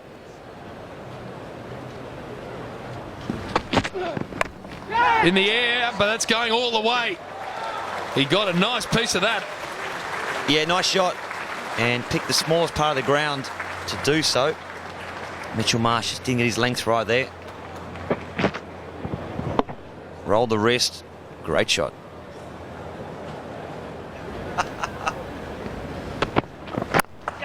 Shot. Stood nice and tall and punched it through the offside. Come back for a third. Good running. I'm just thinking, I wonder if they'd had that predictor back in, where are we, 1981, when the 500 to 1 bet was taken by Lillian Marsh. I wonder what the predictor would have said then for England's chances of winning. Probably about that, 1%. And they finished up winning the game. Hey, what ball, now he asks and he gets it. Mitchell Stark, the master of the faster Yorker. Now this will be interesting because it certainly was heading a bit leg side-ish. Now I don't know if he's hit it or not. He mustn't have hit it, because if he'd hit it, he'd review straight away. He's going to go, because bear in mind now he's been given any replay or DRS has to be missing the stumps totally, and that's probably why he's gone. It was heading leg side. Let's have a look. Hits him on the toe. It's probably going to hit some part of leg, and that's why he didn't review. A lot of overs used up. This is the 23rd over of the innings, and we talk a lot about the Gabba being a pitch for the new ball, but they resisted the new ball. Now Kane Williamson, who played so well, this is the hard time, this early period in your innings. A bloke bowling very quick, some late swing there to Tom Latham, so he's found a bit of movement, and you have to start again. Williamson has to forget what went before and start again. And he gets a nice little release ball on the hip, lovely, where you don't have to do much. Footwork doesn't matter, you just drop the bat in it and go. Well, Nigel Long gave this out, and his consideration would be, was it going on to hit the stumps? Was it? And if it is, sitting a little bit only. Just the outside, and that's enough under the laws and the way the system works. It's an interesting facet of it, and it's very supportive of umpires, who in the main do a pretty darn good job. Confident move by Guptill without having the timing. You often find it hard to find your timing when you've had a long rear guard. Get a bit tense in the shoulders and you don't loosen off to strike the ball. But this is plenty of drizzle here, so much so that the pitch will get damp. In fact, they're having a chat as we speak. They're English, so they're used to drizzle. Steve Smith's not happy. No, well, what Nigel Long said was, I don't think it's fair to the batsman that the pitch gets wet. So I think we should just cover up and let the drizzle pass. Now we've heard from the umpires that light was involved, but the initial decision was certainly taken because of the drizzle. Martin Guptill's unbeaten with 16 from 66 balls. It's been hard work for him, but he hasn't given way. I think that's the important thing. Tom Latham played nicely with 29 till a good ball from Stark got him. So their partnership doesn't have that many highlights, but in and around these few strokes are strong characters, people determined to retain some Kiwi pride here at the Gabba in a match that has gone conclusively against them.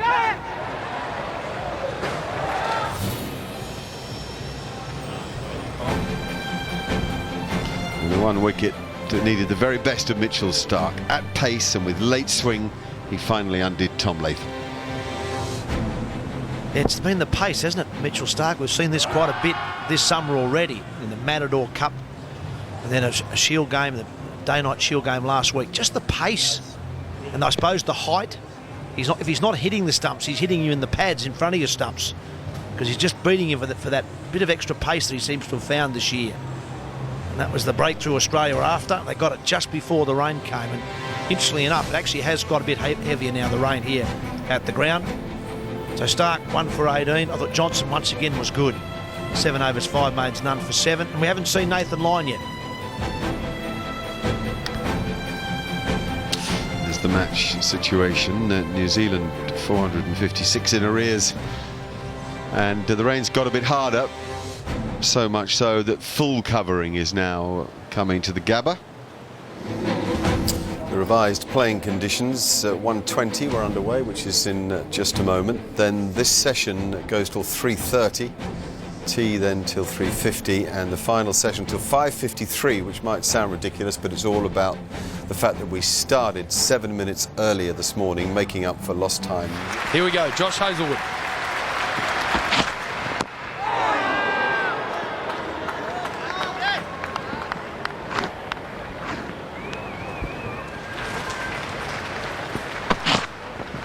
Good bowling.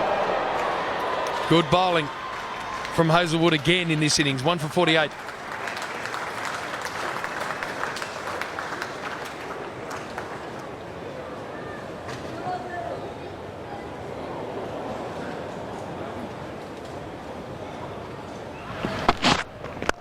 A good shot. World-class player. And that's his first boundary.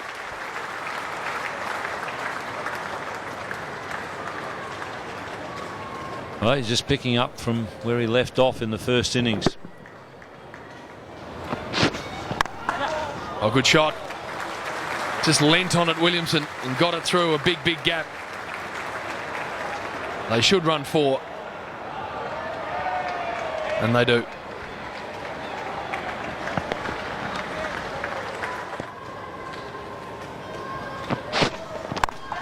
Another good shot. This one might get to the padding. This is a really good player we're seeing in action.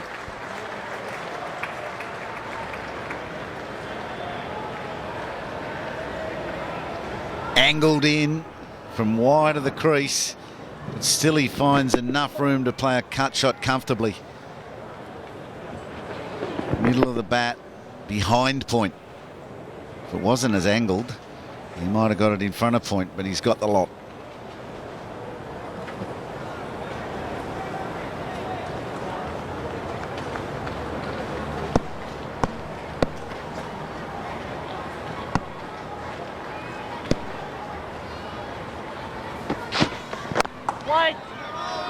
Seems to me one of his great attributes, Williamson, is that he just plays at the same pace all the time. He doesn't have to change much, and if you don't have to change gears a lot, it makes batting a hell of a lot easier. You don't have to think about, oh, I've got to score quicker today, or no, I've got to score a bit slower today, I've got to just try and survive. You just play the same way all the time.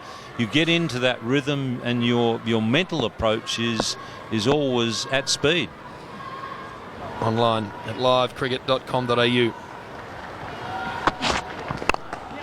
More runs. Williamson starting to roll. Got that away in front of point. And he's going to pick up 3 more. Just finishing on that question. And points across the summer to climb the leaderboard. You could win a share in a prize pool worth more than 15 grand.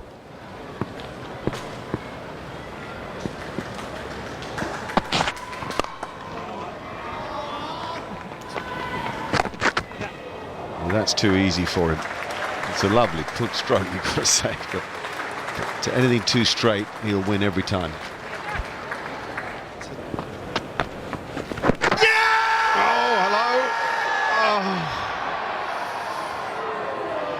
Spinning leg stump, past leg stump maybe, or high, or what's wrong with that? He's an interesting... Peter Neville's an interesting one, because usually they just go hell for leather, the keepers. He's very guarded. Let's watch and see. Ball tracking coming up, pitched outside the off stump, impact in line, wickets missing. You can stay with your decision, Richard. I'll let you know when you're on screen. Yeah, you're on screen now. Make the signal. Well done, Richard.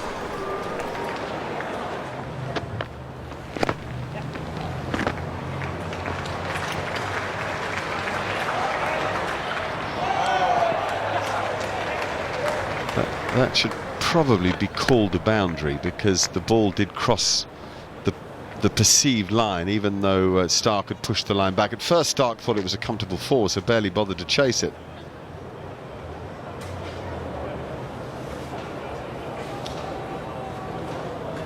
See there? Also, I'm not sure that his hand wasn't touching the ball the second time when his knee was also touching the boundary, so it's four. I think that's the right call.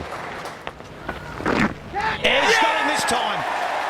Much better line from Nathan Lyon. Just outside off stump. That one might have skidded on. It found the edge, and Lyons found a wicket. And fractionally quicker too, 89.2 k's an hour, so it was a change-up. Quicker ball. And Mark Taylor spot on. It's gone through, it's skidded through, taken the edge. And Stephen Smith does not drop them. So finally for the Australians, a breakthrough. Martin Guptill departs, 23 off 133 balls. He did well in the circumstance. New Zealand now 2 for 98. He's got it away. Hit it well enough. Probably be a boundary. Not quite out of the middle, but it's good intent from Ross Taylor. He's trying to get on with it here. 2 for 105. Yeah. Now he punches through the onside. There's no one out there. That'll be 4. Now there's some timing for you. And a lovely way to bring up a half century. Well, that's all class.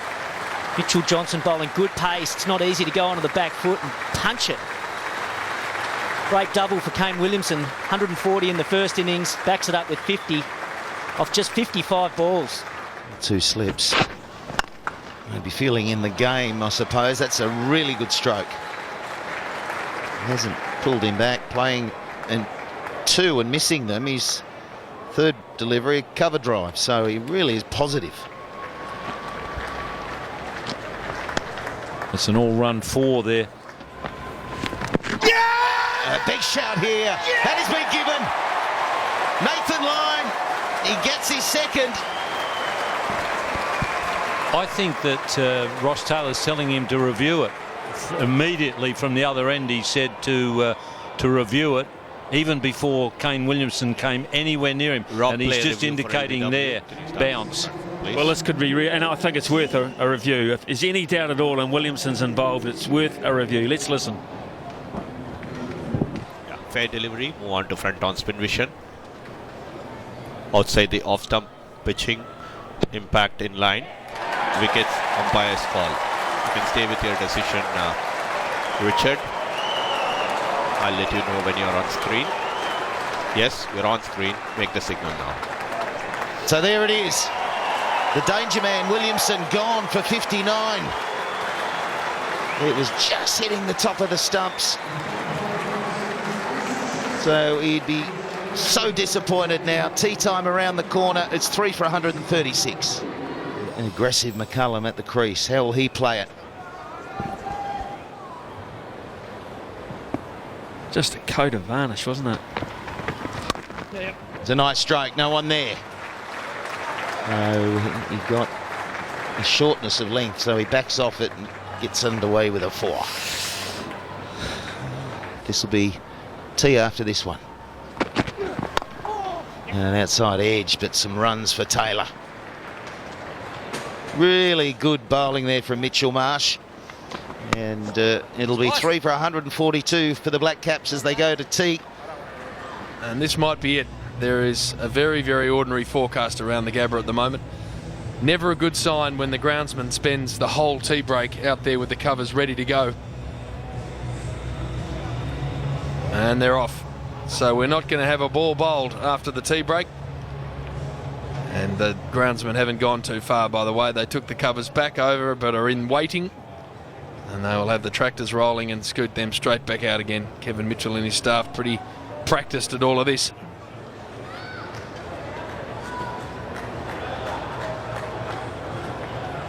As I said, during the break, they were out there ready. They had the covers absolutely ready to go. If you look at the radar, there's a massive bank of very dark cloud that's been coming. Well, Heels, let's call on your local knowledge from, down the Gold Coast way? Yes, that's where it has been coming today. Yesterday, it was from three directions, from south, from west and from northwest. But today it's been distinctly southerly.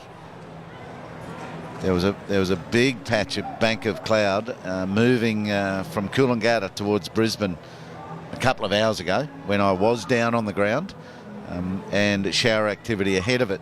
It's as much about what's to come, you sense, than the actual playing conditions at the moment. If there's no other rain around, this isn't particularly heavy as we speak, and they may be even able to get through it. But the umpires will be aware, the ground staff, there's a huge bank of rain coming, and they're concerned that when that comes, they need to have the covers absolutely ready. New Zealand have gutsed it out well. 53 overs they faced, 142 runs. That's pretty good, even when they weren't trying to score runs. They've got themselves to 3 for 142. The big wicket of Williamson, LBW, it was a 50-50 one given out and backed up by technology.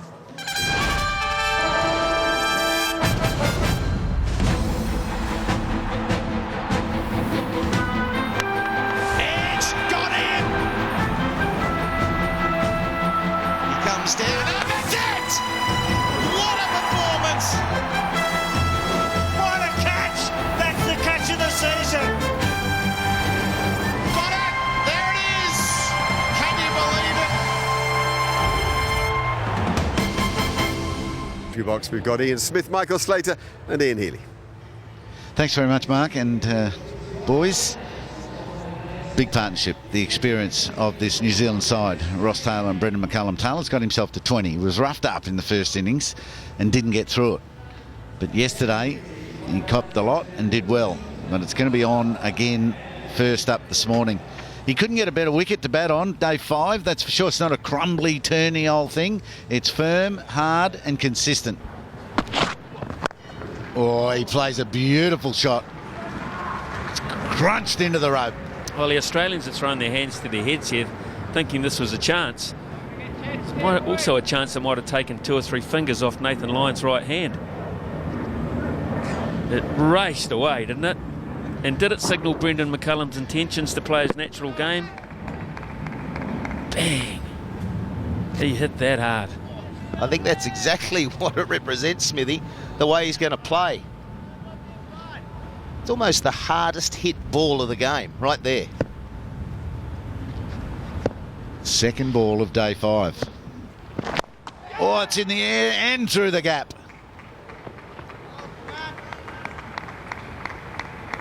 The last 2 balls feel like they're working for Australia. Taylor came out and played his shots yesterday, almost like he felt, I've been out of the game, I've been scrapping around, I'm going to play with strong intent. And that's intent, and he's just fortunate it's gone through the gap. Really good shot. He's certainly seen it today.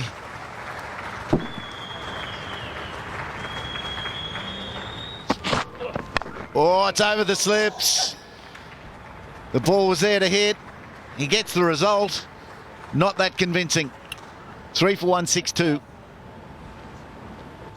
Some very impressive hundreds scored in this test match. First test of the summer. Kawaja, Warner, Williamson, Burns, Warner.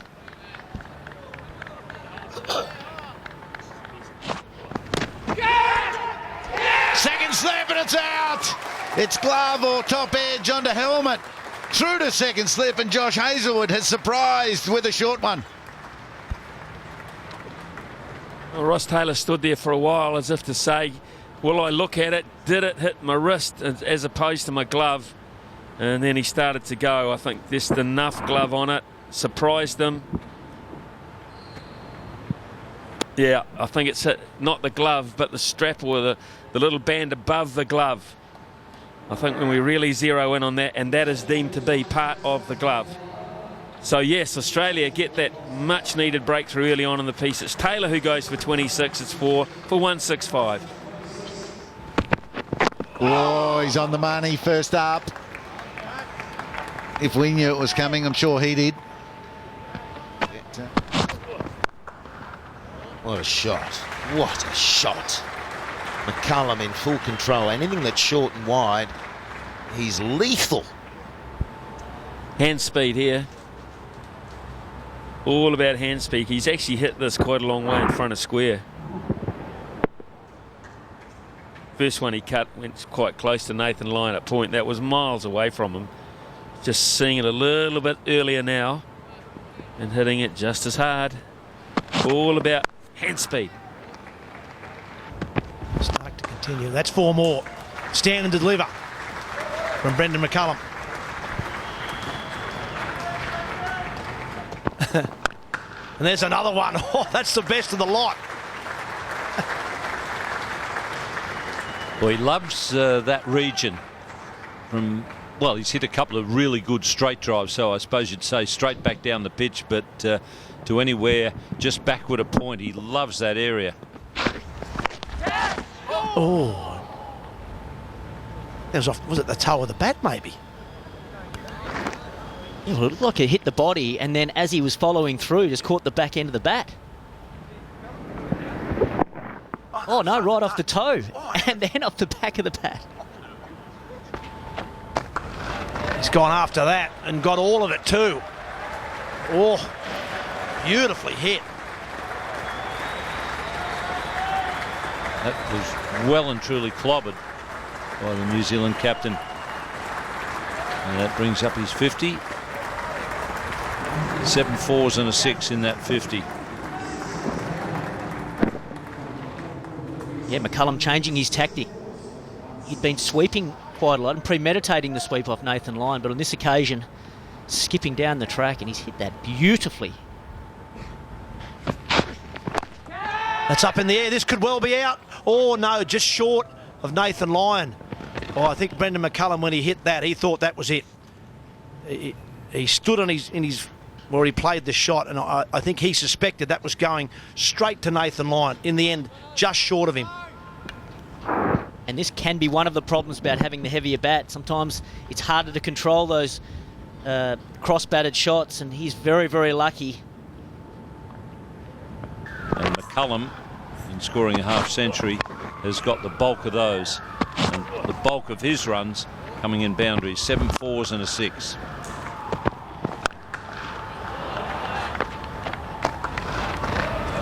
Those last two, how good are they? Ashing, it's a cover drive off, I think Mitchell Stark it was. This is going to be an easier catch. That is superb fast bowling. Just working Neesham over. And then got one in under his armpit. And a very, very simple catch for Burns. So 140 Ks there, Mitchell Johnson. And that time he gets the wicket. The big, big wicket. And Joe Burns takes a simple catch. Best thing about Johnson this morning has been the amount of balls that the batsmen have had to play at. And with that alarming bounce, the way he hits the pitch so hard, a player of, well, I don't mean to be unkind, but of average ability finds it very hard to deal with that. Neesham fought, but in the end, the battle became one-sided. He goes for 3. New Zealand 5 down now, 205 on the board.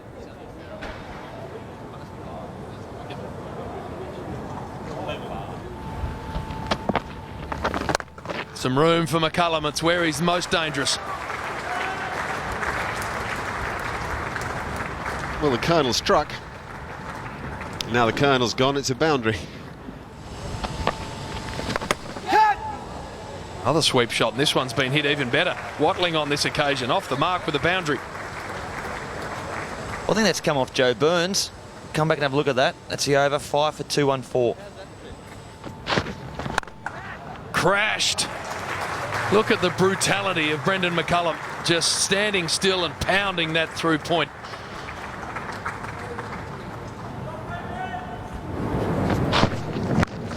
That's up, high in the air, but he's got enough to get it all the way. What a shot. And Nathan Lyon down there tells the umpire that's gone for 6. It was a quick ball from Mitchell Johnson. Well directed. Brendan McCullum says, I want a massive piece of this, and gets all of it. Watling has a test batting average of 40. That's through. And Kawaja chasing. If it doesn't go for 4, it will be run for. Nah, trickles into the boundary rope with the padding, so another 4 to PJ Watling. Down he comes and he gets hit in the head. So Marsh has probably seen him coming down and then angled it into the body. And I'm pretty sure that's come off the lid. Well, in the end, I think everything's okay, but it could have been a nasty one. Down he came, and no doubt Mitchell Marsh saw him coming. And in the end, it's a glancing blow. In the air for a period of time, but no one there that will run away. He plays a lot of shots, and while he's doing that, he will give you a chance at some stage.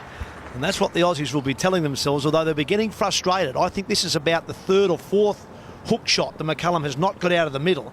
At the moment, they can't get one to go to hand. This is a top edge, and it goes fine.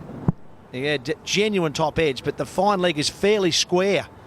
Lands well inside. Big turn, not a shot, and he's been given. So Nathan Lyon, he's got one to turn big, and there will be a challenge. Is it turning too much?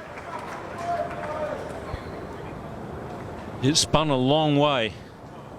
Not sure how Watling missed it, really. He seemed to have it pretty well covered. He was quickly onto his back foot. He gave himself plenty of room to play the shot. Perhaps it was the degree of the turn that defeated him. It was a strange. Did he actually play a shot in the end? Oh yeah, he sort of did. I thought for a moment it was a nonchalant shot. He looked a bit lazy on it. Now bear in mind he's been given out. Pitching outside the off, impact in line, wickets hitting. So you can stay with your decision, Richard. I will let you know when you're on screen. You're on screen now. Make the signal. Well done. Stays without. Stays without. And Nathan Lyon, he's got 3 wickets. That's a big blow for New Zealand. It is 6 for 242. As a carry, there sounded like 2 noises, and now McCullum's been given. They're saying it's an inside edge onto the pad, 2nd slip dives forward, and no reviews. He has to go, the captain has to go. Well, and I'll bet he's thinking when he gets back in the pavilion that another over and a half and I would have had a review. He's obviously not very happy about the decision. And it's come straight off the pad. There's no hot spot there. There was a couple of noises, but it's probably gone front pad, back pad. Might have flicked the front leg and then maybe the back one. It sounded like 2 noises. As you can see, McCullum's not happy. He's got to go for 80. New Zealand 7 for 243. Oh, that's got to be out. It is out. Now we're on a hat-trick. That's a very good delivery to a new batsman right in the block hole. He didn't get too many rewards last night for some very good bowling, but he's picking them up today. Excellent delivery for a new batsman. Oh, that's just sensational bowling. The new batsman, the feet don't go, and he's attacking the stumps. So Mitchell Marsh, all of a sudden, he's getting some wickets, he's getting some joy. And strong appreciation from all his teammates. The youngster, the all-rounder, is helping the Australian cause. It's now 8 for 243. Oh, and it's not a hat-trick. Gee, that was an opportunity, Tuff. Oh, you're a jinx. You're a jinx, Michael Slater.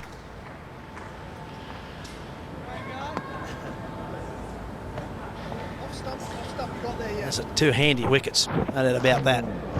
There's the hat-trick ball. In the end, it sort of in between, wasn't it? It wasn't the short ball that you could go for. 4 slips in a gully, a short leg. 4. One thing about the new ball, it sure speeds off that bat. Tim Southey won't die wondering. Out! Nicked it! 9 down, and Australia on the brink.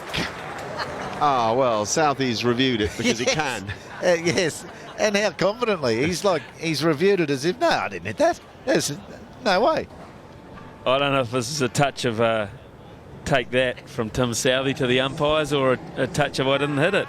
Yeah, really? Delivery, can you I don't know. It all seemed so pure, didn't it? It seemed so natural. Everyone was quite sure about it. So has he hit it?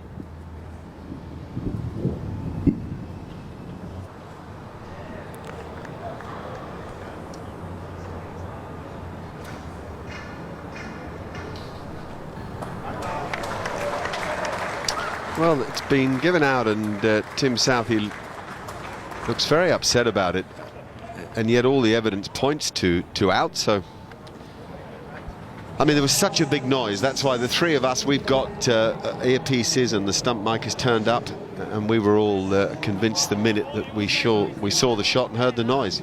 As were the Australians. It looked very spontaneous and very natural out there. And Tim Southey's the only one who must have felt something else or not felt the nick. Oh, there's a good hit. And up comes 17,000 to the Commonwealth Bank. Oi, 4.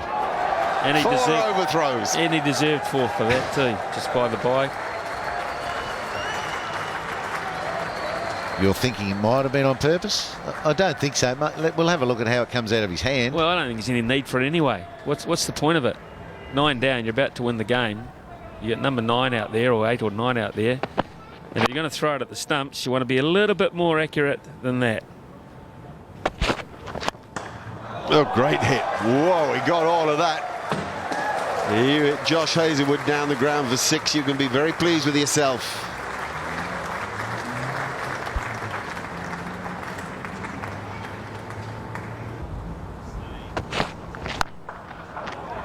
Now he goes leg side and gets plenty of it, and we'll get 4 more.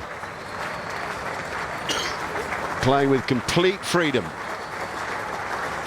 No pressure of the loss of his wicket. We know that in time Australia will come to win this match, but Mark Craig, who's not had a good game at all, is able just to relax and have a bit of fun.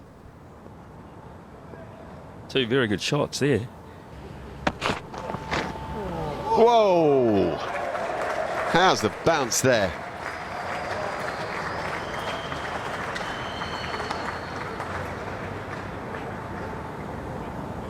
This thing just took off.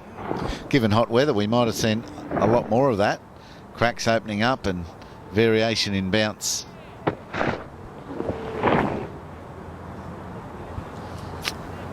We've a lot more to come for you today. We've firstly got half an hour added onto the morning session. It'll make it a 3-hour session this morning, but we're going to go beyond the midday lunch call.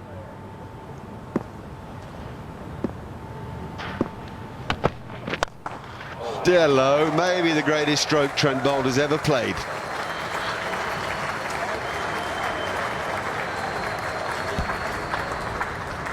Nine for 284.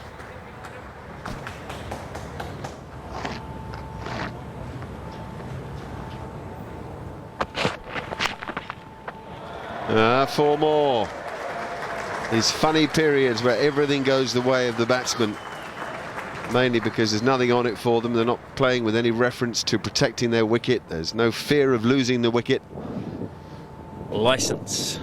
They call it license. Partnership of 40 now, of 37 deliveries.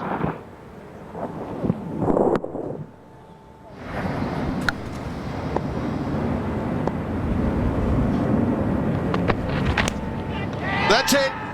It's an emphatic end to an emphatic victory. The margin 208, and Steve Smith, who talked the talk of a new era, is now able to walk the walk.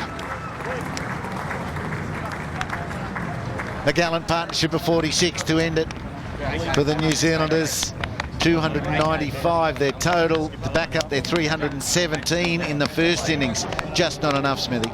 Congratulations, Australia. You have won this test match. You won the toss. You wanted to bat. You batted beautifully in the first innings. You've batted with control. You've bowled with better control as well. You've had much more penetration. And there's absolutely no argument from anyone around that New Zealand were second best by quite some margin in this test match. And this partnership of 46 really was just a little bit of fun, because the writing was clearly on the wall when Taylor went early and they couldn't find anyone to bat with McCullum for quite a period of the day. Well done, Steve Smith, David Warner, Mitchell Johnson, all those guys in the baggy greens who certainly were the best on this occasion. Welcome to our presentation ceremony down here on the outfield at the Gabba. Brendan McCullum is first up with me. A difficult game for you. Yeah, it was a difficult game. I think Australia were outstanding. They played right from ball one. They put us under a lot of pressure. We weren't quite able to hit our links on that first day, but a lot of that came down to the pressure that was applied by Dave Warner in particular. And from there, it was we were always sort of chasing the game. But I think Australia certainly deserved this Test match win. But there's a few positives for us as well that we've got to take out. And now we've got a quick turnaround to Perth, and I'm sure we'll bounce back at Perth. A sense in any way that you were a bit undercooked?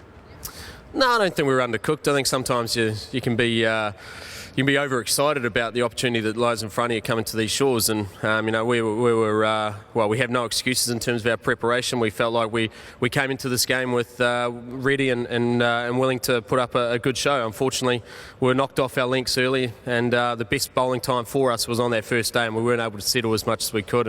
And from there, obviously, they scored at a fast rate, and we were never able to pull it back. It's more than 26 years since any visiting team came and beat the Australians at the Gabba. What is it about this place? Yeah, I don't know. I think it's a great cricket wicket, to be honest. Even today, I thought that wicket was outstanding. There was a few cracks there, and there was obviously a little bit of spin, but that's exactly what you want from a cricket wicket. But we were desperate to win the toss as well, because we wanted to bat first, but it wasn't to be, and in the end, Australia bossed the game from the start.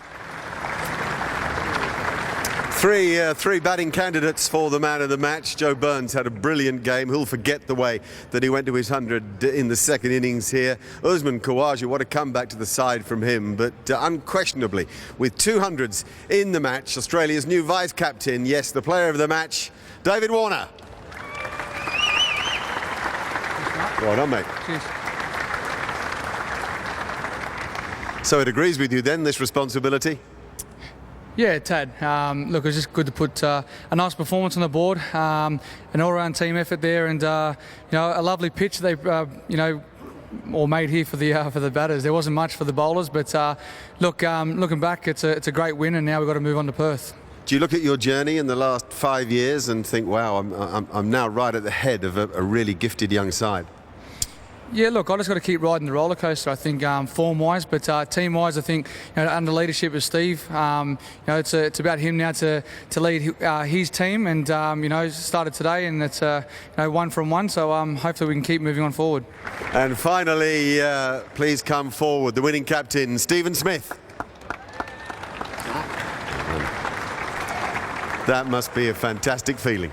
Yeah, it's a satisfying performance. It's nice to start the summer off on a high. I thought the boys did a terrific job from day one. I think Davey Warner and Joe Burns really set that tone on the first morning. It was quite hard work. I think it was a little bit tacky, and the guys were able to get through that first hour, which was really crucial for us and really set us up for the rest of the day and for the rest of the Test match. I wondered about the first morning. Was it a nervous time for you? The first time you're sort of officially now Australian captain, you've taken over the responsibility of a team and a future? It wasn't so much nervous, it was probably more excitement. It had been a long time since we played a Test match. Obviously, Bangladesh got cancelled, unfortunately, but the guys were really up for the challenge and ready to go. So it was great to start this summer on such a high. Do you feel the legacy of all the great Australian cricket names that have gone before you in this job? Of course, yeah. It's obviously a big responsibility and challenge, and something that I'm really looking forward to. All the guys have been great since I've been named as captain, and it's great to lead such a young team that are full of energy and ready to play good cricket. You talked of a new era, and gee, the young guys came to the party for you. They certainly did. I thought Joe Burns was exceptional, and Usman Khawaja back as well. You know, their first Test hundreds. It's something to be really proud of, and to do it on their home ground as well. It's really exciting for us for the future. You go to Perth very soon now, and on the back of a nice wave. I mean, how much do you rate momentum in sport? Yeah, look, I think it's a nice way to start the summer. I think to be up 1-0 in the series, in a 3-match series, it's pretty crucial, I think. So, you know, I thought I was really satisfied with the way that the boys played this week. We've still got a few things to work on. I think our new ball bowling, we've probably let ourselves down a little bit there. I think we can hit our lengths a little bit better and make them play and hit through the covers a little bit earlier in the day. But it's nice to have such a polished performance. And a final word for you on your vice-captain. He played amazing cricket throughout this game. You know, 200s in a Test match for the 3rd time. That's an amazing achievement, and hopefully he can keep the runs coming. All right, Steve, congratulations. It's a proud day for you and a very good one. Thanks, Mark. Appreciate it. Australia 1-up in the series, and a very happy-looking captain, understandably. We're going to Perth on Friday. We're very excited about that. We love going to the WACA. It's a terrific ground for cricket, November 13 to 17.